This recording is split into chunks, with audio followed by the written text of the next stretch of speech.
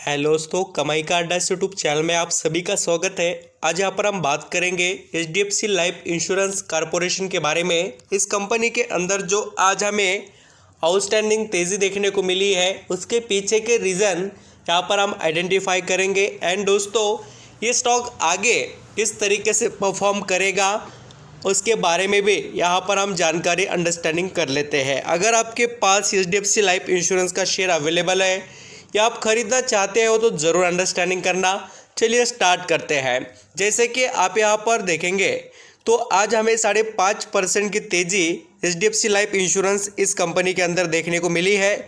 और स्टॉक यहाँ पर आप देख भी सकते हो कितना सुपर 25 रुपये पर शेयर पर बेनिफिट निवेशक को दे चुका है। एंड आपको ये ज़रूर पता होगा कि जैसे बजट का अनाउंसमेंट हुआ उसके अंदर यहाँ पर जो 5 लाख के ऊपर का प्रीमियम रहेगा उसके ऊपर जो टैक्सेस वगैरह के बारे में कहा गया, तो उसके वजह से हमें स्टॉक के अंदर सडनली बहुत बड़ी गिरावट देखने को मिली। और आप सभी ने इस गिरावट को फेस किया होगा। और गिरावट होते ही मैंने आपको बताया भी कि घबराने की ज़रूरत नहीं और बेचने की भी नहीं, क्योंकि देखिए जो गिरावट है वो एक टेम्पररी बेसिस पर है, वो तो यहाँ पर होने ही वाला और बाद में से स्टॉक रिकवरी करेगा भी। एंड यहाँ पर दोस्तों मोस्ट इम्पॉर्टेंट बात इस चीज़ को याद रखना कि जो यहाँ पर हम जो शेयर की बात करें एचडीएफसी लाइफ इंश्योरेंस कंपनी, ये कोई छोटी मोटी कंपनी नहीं, इसके अंदर बहुत सी एबिलिटीज़ है। एंड ये कमबैक कर कर दिखाने का पूरा पावर अपने अंदर रखती भी है। अभी एक यहाँ पर बात आपको पता होनी चाहिए कि एचडीएफसी लाइफ इंश्योरेंस का जो शेयर है ये पिछले 6 महीने से ये बॉक्स के अंदर बहुत समय बिता चुका है। देखिए 500 रुपये से लेकर 600 रुपये इस यहाँ पर जो सपोर्ट लेवल के अंदर बहुत ज़्यादा इसने यहाँ पर टाइम स्पेंड किया है। और हम मोर देन कह सकते 6 महीने क्यों दोस्तों, 1 साल इसने यहाँ पर पूरा यहाँ पर जो 600 से 500 के लेवल में ही बिता दिया है। एंड अभी ऐसा तो हम यहाँ पर कह सकते हैं कि जल्दी हमें ये लेवल क्रॉस ओवर स्टॉक कर कर दिखा सकता है नेक्स्ट क्वार्टर के रिज़ल्ट आए तक। और आप यहाँ पर इस बार के भी रिज़ल्ट को ऑब्जर्व करेंगे, मैं आपको उसके बारे में भी बताने वाला हूँ, खास कर कर कि आपको पता चले इस कंपनी की सिचुएशन कैसी है और कैसे कंपनी परफॉर्म कर पा रही है। आप यहाँ पर देखेंगे तो दिसंबर 2022 के रिज़ल्ट के अंदर कंपनी का रेवेन्यू देखिए 36% से इम्प्रूव हुआ है। यानी कंपनी खुद की यहाँ पर जो सेल है यानी कस्टमर ज्वाइन कर पा रही है और लगातार यहाँ पर खुद के बिज़नेस को आगे तक लेकर जा रही है। और इनके बिज़नेस में आपको एक बात बता दूँ, टारगेट होते हैं। अभी जो भी यहाँ पर जॉब को लोग रहते हैं उनको यहाँ पर टारगेट बेसिस पर ही काम होता है, यानी लोग काम करेंगे तो पगार मिलेगा। इसका मतलब आप समझ रहे हैं ना कि कैसे भी होकर यहाँ पर जो वर्क करने वाला जो ऑफिस का पूरा स्टाफ है वो ऐसा काम करता है दोस्तों कि कमाई करना ही पड़ेगा, कंपनी के लिए लाना पड़ेंगे कस्टमर, वो होता ही है। और यहाँ पर इसी वजह से इनके आप यहाँ पर रेवेन्यू को तेज़ी से बढ़ते हुए देख सकते हो। अभी यहाँ पर मार्जिन की बात करें तो वो थोड़े यहाँ पर हमें 15% से डाउन देखने को मिले, बट नेट इनकम भी अच्छी खासी इम्प्रूवमेंट में दिखाई दे रही है एचडीएफसी लाइफ की। ये थोड़ा ओवरव्यू हमने रिज़ल्ट को जो यहाँ पर देखने की कोशिश की है।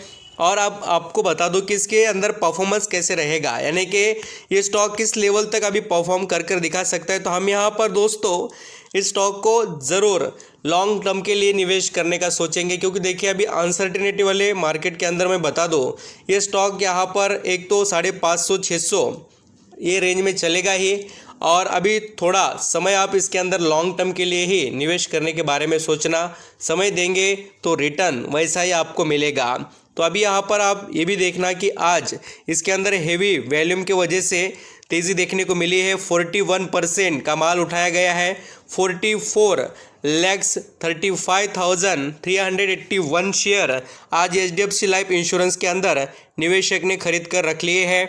और बहुत अच्छी बात है, पूरे दिन में आप यहाँ पर देखेंगे दोस्तों तो करीब यहाँ पर हमें बहुत ही बड़ी क्वांटिटी यानी कि 1 करोड़ के करीब के शेयर्स खरीदे हुए नज़र आ रहे हैं। यानी कि बाइंग सेलिंग के ट्रांजैक्शन बता रहा हूँ मैं। और उसमें से हमें यहाँ पर जो 44 लाख शेयर्स है वो निवेशक खरीद कर रखते हुए नज़र आ जाएंगे। देखिए यहाँ पर एक एक बार जो कोई खरीद रहा है वो भी 2600 यहाँ पर 2000, 100, 200 जैसे लगे वैसे क्वांटिटीज़ को बाइंग किया जा रहा है। आप यहाँ पर रिज़ल्ट को देखना चाहे, यानी मैं क्वार्टरली बेसिस पर डायरेक्टली कंपैरिजन कर दिखा दूँ HDFC लाइफ इंश्योरेंस के यहाँ पर रिज़ल्ट को, तो आप यहाँ पर देख सकते हो। थोड़ा यहाँ पर रिज़ल्ट के डिटेल इनकी तरफ से प्रेजेंट नहीं हो रहे, नहीं तो मैं आपको यहाँ पर दिखा देता। रिज़ल्ट के बारे में बता नहीं पा रहे हैं यहाँ पर वेबसाइट, ये तो हम यहाँ पर ये देख लेते हैं। तो यहाँ पर आप ये तो सिचुएशन देख ही चुके। जैसे दोस्तों मैं जो लॉन्ग टर्म के वे से बात कर रहा हूँ, तो उसके पीछे रीज़न भी आपको बता देता हूँ। यहाँ पर आप खुद देख लेना। HDFC लाइफ इंश्योरेंस के अंदर मार्च 2022 से FIs देखिए लगातार बाइंग कर रहे हैं। 26, फिर देखिए 27, फिर 28 और अभी 30%। तो आप देख रहे हो पिछले 4 क्वार्टर में 4% का माल उठा लिया है HDFC लाइफ इंश्योरेंस के अंदर। और FIs के बाद DIs के पास भी आज भी 6% के करीब का स्टेक है। ऐसे नहीं कि ये बड़े निवेशक ने पैसा लगाया बोलकर हम लगा रहे हैं, बिल्कुल ऐसी बात नहीं। खाली हमें कोई सपोर्ट सिस्टम के लिए चाहिए बोलकर हम देख रहे हैं कि क्या यहाँ पर हो क्या रहा है। तो कंपनी के अंदर तो ऑल अराउंड सभी चीज़ें बढ़िया ही है, इसमें तो कोई डाउट हमें यहाँ पर नज़र नहीं आ रहा है। एंड दोस्तों यहाँ पर इसके कुछ पॉजिटिव पॉइंट की बात करें तो HDFC लाइफ इंश्योरेंस कंपनी यहाँ पर डेट फ्री है, मेंटेन कर चलती है, डिविडेंड का पे आउट है, सेल्स की अच्छी ग्रोथ है। हाँ देखिए यहाँ पर कुछ नेगेटिव पॉइंट नज़र आते हैं, वो कुछ उतना ज़्यादा इम्पैक्ट नहीं कर सकते हैं कंपनी के फंडामेंटल पर, जो मैं आपको यहाँ पर बताने की भी यहाँ पर कोशिश भी नहीं करूँगा, क्योंकि मुझे नहीं लगता कि उससे कुछ ज़्यादा इम्पैक्ट रहेगा।